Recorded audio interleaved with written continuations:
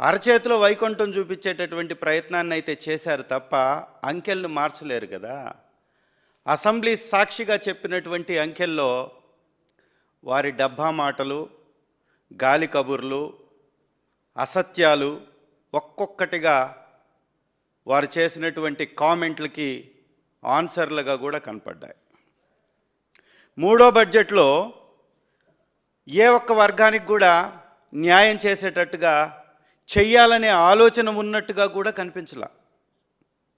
ఆడబిడ్డ నిధి ఎత్తేశారు, నిరుద్యోగ భృతి 0, కేటాయింపులు శూన్యం, 50 సంవత్సరాలు పైబడ్డటువంటి వారికి పెన్షన్స్కి కేటాయింపులు లేవు, ఎస్సీలకి, ఎస్టీలకి, బీసీలకి, వెనుకబడినటువంటి వర్గాలకి, మైనారిటీలకి కేటాయింపులు లేవు, టోఫెల్, సిబిఎస్ఈ, ఐబీ సిలబస్ని రద్దు చేస్తున్నట్టుగా ఆర్థిక మంత్రితో చెప్పించారు.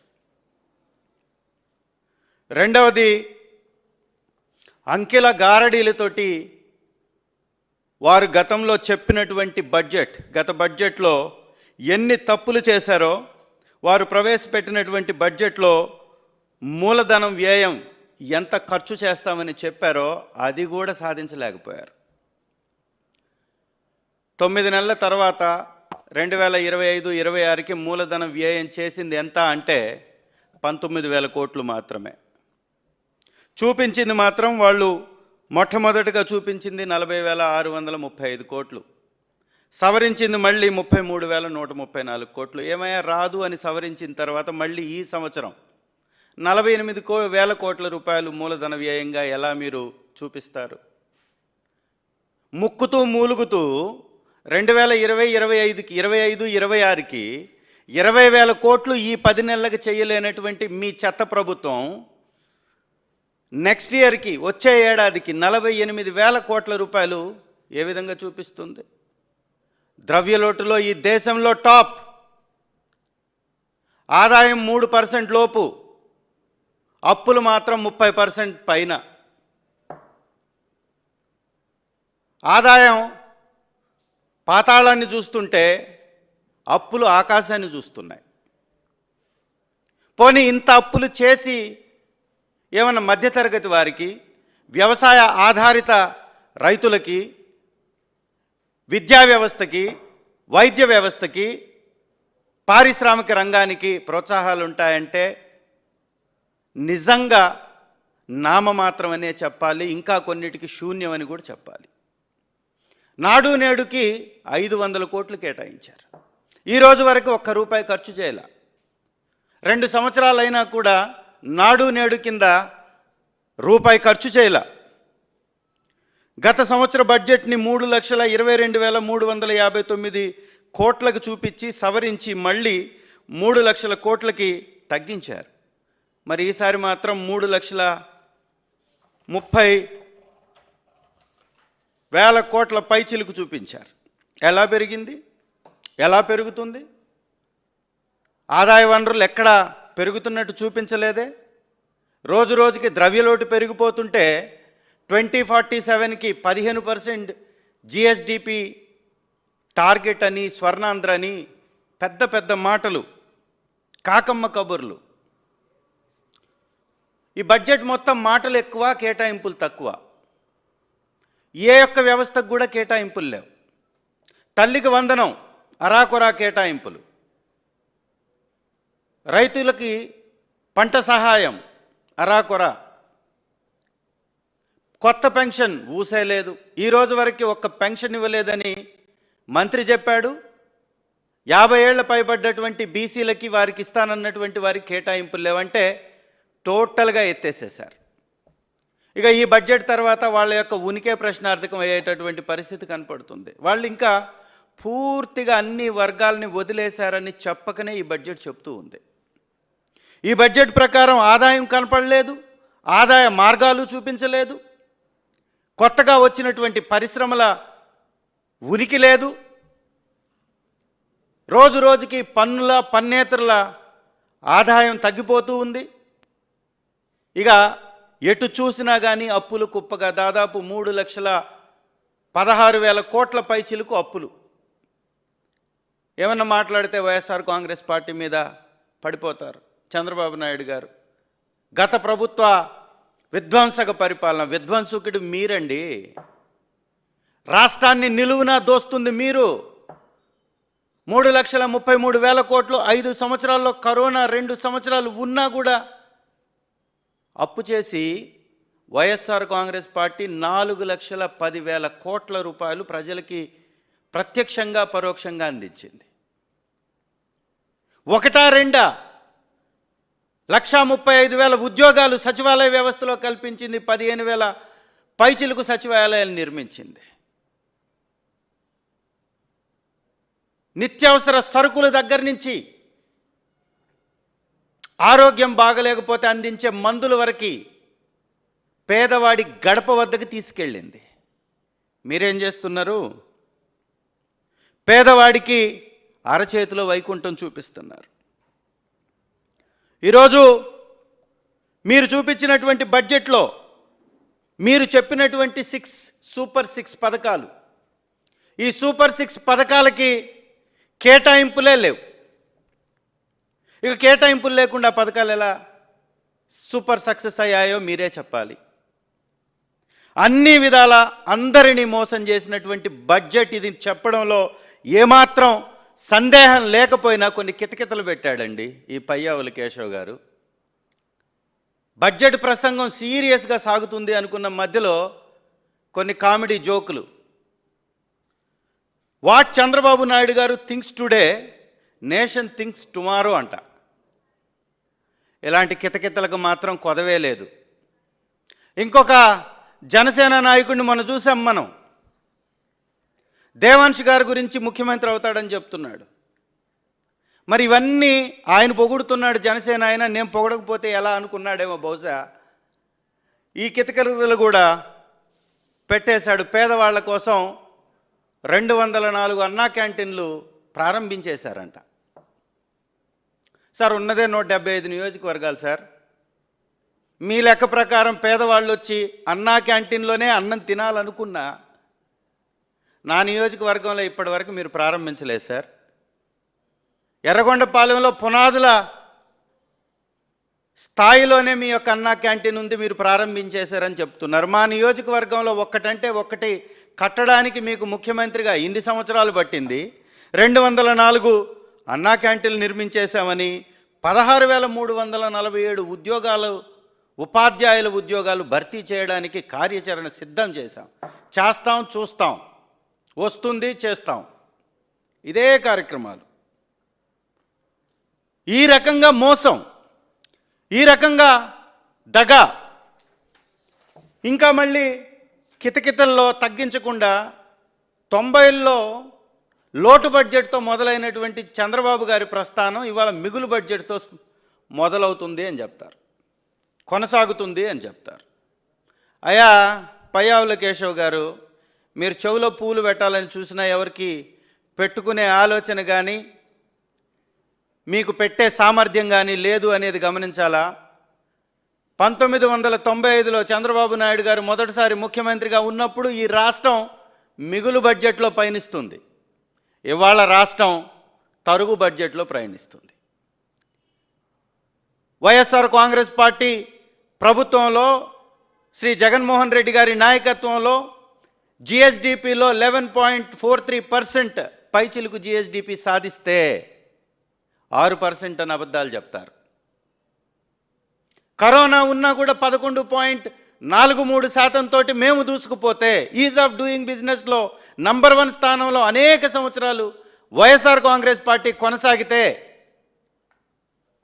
దాదాపుగా 15,004 విలేజ్ క్లినిక్లు, 10,774 ఆర్బీకే సెంటర్లు, 10,030 విలేజ్ క్లినిక్లు, 15,715 స్కూళ్లను ఆధునీకరించడం, నాడు నేడు కింద హాస్పిటళ్ళు 16,800 హాస్పిటళ్ళ పునర్నిర్మాణాలు, ఆధునీకరణలు, ఇవన్నీ ఒక ఎత్తు అయితే 4 పోర్టులు నిర్మించి ఈ దేశంలోనే అత్యంత పొడవైనటువంటి సముద్ర మార్గం ఉన్నటువంటి, సముద్ర తీరం ఉన్నటువంటి ఆంధ్ర రాష్ట్రానికి ఆర్థిక అడుగుల్ని మేమేసాం.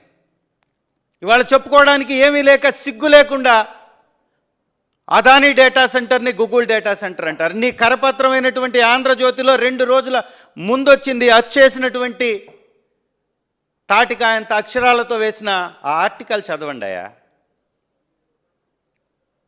అదానీ డేటా సెంటర్ని ఈ రాష్ట్రానికి తీసుకొచ్చింది జగన్మోహన్ రెడ్డి గారు. 80,000 కోట్ల పైచీలకు ఖర్చు పెట్టి నిర్మిస్తుంది అదానీ. దానిలో కేవలం డేటాని స్టోర్ చేసుకుంటుంది గూగుల్. గూగుల్ చెప్పింది చాలా క్లియర్గా, ఈ రాష్ట్రంలో పెడుతున్నటువంటి గూగుల్ డేటా సెంటర్ కేవలం అదానీతో మాత్రమే కలిసి మీరిచ్చేటటువంటి ఇన్సెంటివ్స్, మీరిచ్చేటటువంటి రాయితీలు, మీరిచ్చేటటువంటి భూ కేటాయింపులు అన్నీ కూడా వారి మీదకు బదలాయించమని చెప్పేసి గూగుల్ చెప్తుంటే గూగుల్ తీసుకొచ్చామంటారు. సిగ్గనిపించదు కొంచెమన్నా? బుద్ధి ఉండొద్దు. తల్లికి వందనం. 44 లక్షల మంది మహిళలకి తన బిడ్డల్ని చదివించుకోవడానికి ఆర్థిక భరోసా చరిత్రలో ఎవ్వరూ చేయని విధంగా ఆలోచన చేసి ఒక బృహత్కరమైనటువంటి కార్యాచరణ, ఒక కార్యక్రమం, గొప్ప సంకల్పంతో పేదవాళ్ళ కుటుంబం విద్యపరంగా విద్యను అభ్యసించి, ఉన్నత విద్యను అభ్యసించి బ్రహ్మాండంగా అభివృద్ధి చేయాలని మా నాయకుడు అనుకుంటే మీరు ఈలకి, మీరు చెప్పేటటువంటి అబద్ధాలకి ఊ అనడానికి ఆలు ఈలు ఊలే మీరు చదవాలా? టోఫెల్ మీకెందుకు? సిబిఎస్ఈ సిలబస్ మీకెందుకు? ఐబీ మీకెందుకు అన్నట్టుగా రద్దు చేస్తారా? కొంచెమన్నా జ్ఞానం ఉందా? బుద్ధి ఉందా? పేదవారు ఇంగ్లీష్ మీడియం చదవకూడదా? పేదవారికి ఇతర దేశాలకు వెళ్ళేటటువంటి నైపుణ్యం నేర్చుకోవాల్సినటువంటి అవసరం లేదా? ఆ కోరిక ఉండదా? ఆ హక్కు లేదా? ఈ విధంగా మోసం చేసి వారిని దగా చేశారు. ఇక మహిళా శక్తి అని పెద్ద పేరు పెట్టాడయా ఇందాపూర్ యువరాజు గారు. యువగళం అనేటటువంటి గందరగోళమైనటువంటి యాత్ర చేస్తూ మహిళలకి అందరినీ మోసం చేసేసాడు. మీకు 1500 ఇస్తాం ప్రతిరోజు అని చెప్పారు, ప్రతి నెల అని చెప్పేశారు. ప్రతి మహిళకి ఇస్తాం, 18 సంవత్సరాలు దాటితే ఇస్తామని చెప్పాడు. ఇవాళ తీరా చూస్తే డ్వాక్రా రుణాలు 0, వడ్డీకి సంబంధించిన రుణాలకు సంబంధించి కేటాయింపులే లేవు. ఇవాళ మహిళలకు ఇస్తానన్నటువంటి 1500 లేదు. దీపం పథకంలో మోసం. ఆ రోజు మేము 0 వడ్డీ కింద 1,05,13,500 మంది మహిళలకి 5,000 కోట్ల పైచిలకు చెల్లింపులు చెల్లించాం మేము. అవన్నీ లేచిపోయాయి. ఇంకొక వ్యక్తి ఉన్నాడు, కులాన్ని అడ్డం పెట్టుకొని మతాల మంటలు రేపుతూ ఈ రాష్ట్రంలో అలజడులు సృష్టిస్తూ విచక్షణ లేకుండా ప్రతిపక్ష నాయకులను మాట్లాడుతూ 11 నంబర్ అని గేలీ చేస్తున్నటువంటి, ప్రశ్నిస్తానికి పెట్టినటువంటి పార్టీ అధ్యక్షుడు పవన్ కళ్యాణ్ గారు ప్రశ్నించడం ఏటో పోయింది, ఊడిగం చేయడం మొదలుపెట్టాడు. సరే చేసుకుంటున్నాం, మా మీద 11 నంబర్ తోటి గేలీ చేస్తాం. వీళ్ళకి భయం, పవన్ కళ్యాణ్ గారికి భయం. జగన్మోహన్ రెడ్డి గారిని చూస్తే వణుకు, భయం. ఒంటరిగా పోటీ చేస్తే చిత్తుగా చిత్తైపోతాడని, కమ్మగా ఉంటుందని చెప్పేసి తెలుగుదేశం పార్టీతోటి వెళ్ళి చేరాడు. వాళ్ళ కమ్మగానే ఉంది అని ప్రతి ఒక్కళ్ళు మాట్లాడుకుంటూ ఉన్నారు. మరి కాపు సామాజిక వర్గం మీద దాడి చేయనా స్పందించడు, మాజీ మంత్రుల ఇళ్ల మీద పెట్రోల్ బాంబులు వేసినా స్పందించడు, తన సొంత సామాజిక వర్గంలో ఒక గొప్ప నాయకుడిగా ఎదిగి 2 సార్లు పైచిలకు ఎమ్మెల్యేగా గెలిచి మంత్రి అయినటువంటి ఇంటిని ధ్వంసం చేస్తే, తన తల్లిని దూషిస్తే, తన కుటుంబం మీద దాడి చేస్తే స్పందించడు. కనీసం ఆ కాపులకి ఏదైనా చేస్తాడంటే కాపు నేస్తం కూడా ఎగరగొట్టేసేసాడు. మరి ఇంకేం అడుగుతాడు ఇతను?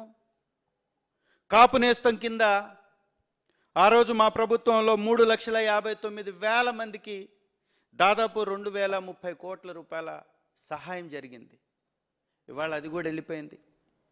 కాపుల్ని అన్ని విధంగా మోసం చేస్తూ, దగా చేస్తూ, ఆ విధంగా మోసం. ఈబీసీ నేస్తం మా గవర్నమెంట్లో దాదాపుగా 4,95,000 మందికి ఇతరత్ర కులాలకు సంబంధించినటువంటి అన్ని కులాలకు సంబంధించినటువంటి అక్కా చెల్లెమ్మలకి 19,000 కోట్ల రూపాయల ఆర్థిక సహాయం జరిగింది. ఇవాళ అది కూడా లేకుండా పోయింది. మరి దీని మీద ఎవరు ప్రశ్నించాలి? ఇన్ని రకాలుగా మోసం చేసుకుంటూ, ఇన్ని రకాలుగా దగా చేసుకుంటూ ఇందాపూర్ యువరాజు గారు, లోకేష్ గారు, తెలుగుదేశం పార్టీకేమో కాసులు, వైఎస్ఆర్ కాంగ్రెస్ పార్టీకేమో కేసులు. ఇది వారి ఫిలాసఫీ. లోకేష్ గారి ఫిలాసఫీ, వారికి అనుకూలంగా ఉన్నటువంటి వారికి కాసులు, వైఎస్ఆర్ కాంగ్రెస్ పార్టీ నేతలకి కేసులు. ఈ విధంగా ఈ యొక్క రాష్ట్రాన్ని అధోగతి పాలు చేస్తూ మళ్ళీ ఈ కొటేషన్ ఒకటి, కౌటిల్యుడి అర్థశాస్త్రంలో చెప్పినట్టు సామాన్యుల సంతోషమే రాజు సంతోషం, వారి సంక్షేమమే ఆయన సంక్షేమమై ఉండాలి, స్వార్థ రాజకీయం చేయకుండా ప్రజలకు మంచి చేయాలి అనేటటువంటి కొటేషన్ని చదివించారు పయ్యావుల కేశవ్ గారితో. అయా పయ్యావుల కేశవ్ గారు, జగన్మోహన్ రెడ్డి గారు తూచా తప్పక ఈ సూత్రాన్ని పాటించారు. దేశభక్తి గీతంలో ఉన్నటువంటి ఉట్టి మాటలు కట్టిపెట్టోయ్, గట్టి మేలు తల పెట్టబోయ్ అని నేర్చుకోండి మీరు. దేశభక్తి గీతంలో ఉంది. ఈ ఉట్టి ఊకదంపుడు ఉపన్యాసాలు మూటగట్టి పక్కన పెట్టి గట్టి మేలు తలపెట్టడానికి ప్రయత్నం చేయమని మిమ్మల్ని కోరుతూ, ఈ రాష్ట్ర ప్రజలకి తీరని అన్యాయం, మరీ ముఖ్యంగా ప్రకాశం జిల్లాకి తీరనటువంటి అన్యాయం, ఉమ్మడి ప్రకాశంకి కొత్తగా ఏర్పడ్డటువంటి మార్కాపురం జిల్లాకి తీరని అన్యాయం జరిగింది. కేటాయింపుల్లో తీరని అన్యాయం జరిగింది. గతంలో కేటాయింపులు లేవు, ఇప్పుడు కేటాయింపులు కాలేదు. ఇకనైనా సవరించండి. సవరించేటటువంటి కేటాయింపుల్లో మార్కాపురానికి అన్యాయం జరిగితే ఉద్యమిస్తాం, మీ యొక్క కార్యాలయాలు ముట్టడిస్తాం, వెలుగొండ ప్రాజెక్ట్ని సందర్శించి పాదయాత్ర ద్వారా వెలుగొండ ప్రాజెక్టులో మీరు చేస్తున్నటువంటి అవినీతి బాగోతాలని, అసత్యపు ప్రచారాలని బయట పెడతాం. ఇకనైనా బుద్ధి మార్చుకోండి. కాకి లెక్కలు కాగితాలపై రాయడం కాకుండా ఖచ్చితమైనటువంటి లెక్కలతోటి ముందుకు రండి. రాష్ట్ర ప్రజలు అల్లాడిపోతున్నారు. వ్యవసాయాన్ని పూర్తిగా పుట్టముంచేశారు. వ్యవసాయానికి పూర్తిగా కేటాయింపులు లేకుండా చేశారు. గతంలో మా ప్రభుత్వంలో కేవలం వ్యవసాయ రంగానికి సంబంధించినటువంటి రైతులకే 1,88,000 కోట్ల రూపాయలు ఖర్చు చేసినటువంటి ప్రభుత్వం వైఎస్ఆర్ కాంగ్రెస్ పార్టీ ప్రభుత్వం. గణాంకాలు చెప్తున్నాయి. గణాంకాలతోటి మనకు కనపడుతుంది. ప్రతి ఒక్క వ్యవస్థకి కేటాయింపులు చేసినటువంటి ప్రభుత్వం మా ప్రభుత్వం అయితే, ప్రతి ఒక్కరిని దగా చేసినటువంటి ప్రభుత్వం మీ ప్రభుత్వం. ఈరోజు ఇన్పుట్ సబ్సిడీ లేదు, బీమా సౌకర్యం లేదు, మోందా తుఫాన్ లాంటి విపత్తులను ఆదుకోవడానికి కేటాయింపులు లేవు. ధరల స్థిరీకరణ నిధికి సిగ్గు లేకుండా 500 కోట్లు కేటాయించారు. 65,000 కోట్లతోటి ధాన్యాన్ని కొన్నటువంటి ప్రభుత్వం మాదైతే ముక్కుతూ మూలుగుతూ కొనుగోలు చేయలేనటువంటి ప్రభుత్వం మీది. కాబట్టి ఇకనైనా మానండి, ఇకనైనా మారండి. మీ యొక్క చిట్ట చివరి అవకాశం అని చంద్రబాబు నాయుడు గారు గతంలో చెప్పాడు. ఇంకొకసారి అవకాశం మీకు ఇచ్చే ఛాన్సే లేదు. ప్రజలు మీ యొక్క వ్యవహారం ఏంటో, మీ యొక్క క్యాలిబర్ ఏంటో, మీ యొక్క క్యారెక్టర్ ఏంటో చూసిన తర్వాత కూడా ఇవాళ